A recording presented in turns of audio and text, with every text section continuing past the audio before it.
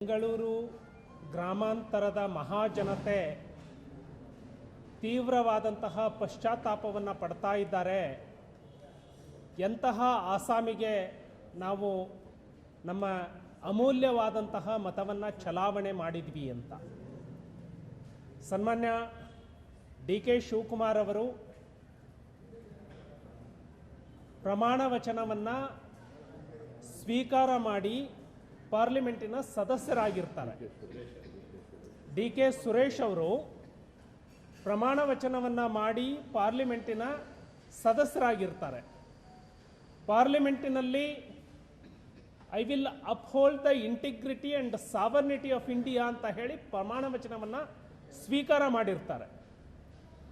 ಈ ದೇಶದ ರಾಷ್ಟ್ರದ ಐಕ್ಯತೆಯನ್ನು ಮತ್ತು ಅಖಂಡತೆಯನ್ನು ನಾನು ರಕ್ಷಣೆ ಮಾಡ್ತೇನೆ, ಇಂತಹ ಪ್ರಮಾಣ ವಚನವನ್ನು ಡಾಕ್ಟರ್ ಬಾಬಾ ಸಾಹೇಬ್ ಅಂಬೇಡ್ಕರ್ ಅವರು ಬರೆದಂತಹ ಸಂವಿಧಾನದ ಮೇಲೆ ಕೈಗೊಂಡು ಇವತ್ತು ಭಾರತ ವಿರೋಧಿ ದೇಶ ವಿಭಜನೆಯನ್ನು ಪ್ರೇರಣೆ ನೀಡುವಂತಹ ಹೇಳಿಕೆಯನ್ನು ಕೊಟ್ಟಿದ್ದನ್ನು ಖಂಡಿಸ್ತಾನೆ.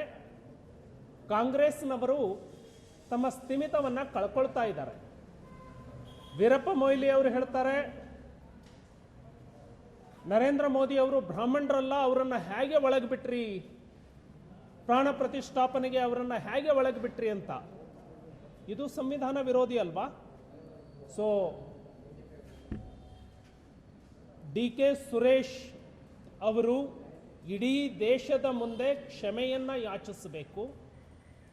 ವೀರಪ್ಪ ಮೊಯ್ಲಿ ಅವರು ಪ್ರಧಾನಮಂತ್ರಿಗಳನ್ನು ಜಾತಿಗೆ ಟ್ಯಾಗ್ ಮಾಡಿ ಮಾತನಾಡಿರೋದಕ್ಕೆ ಈ ದೇಶದ ಜನತೆಯ ಕ್ಷಮೆಯನ್ನು ಯಾಚಿಸಬೇಕು. ಜೊತೆಗೆ ಕಾಂಗ್ರೆಸ್ನವರು ಕುಣಿಲಾರದವನು ನೆಲ ಡೊಂಕು ಅಂದಂತೆ 65 ವರ್ಷ ಇವರಿಗೆ ಕುಣಿಲಿಕ್ಕೆ ಆಗಲೇ ಇಲ್ಲ.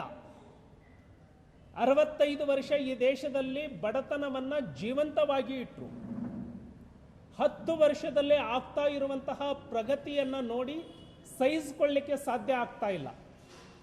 ಈ 10 ವರ್ಷದಲ್ಲೇ ಆಗಿರುವಂತಹ ಪ್ರಗತಿಗಾಗಿ ಕಾಂಗ್ರೆಸ್ನವರು ಪಶ್ಚಾತ್ತಾಪ ಪಡಬೇಕಾಗಿತ್ತು. ನಾವು 65 ವರ್ಷ ಈ ವೇಗದಲ್ಲಿ ಭಾರತದಲ್ಲಿ ಪ್ರಗತಿಯನ್ನು ಮಾಡಲಿಕ್ಕೆ ನಮಗೆ ಸಾಧ್ಯ ಆಗಲಿಲ್ಲ ಅಂತ.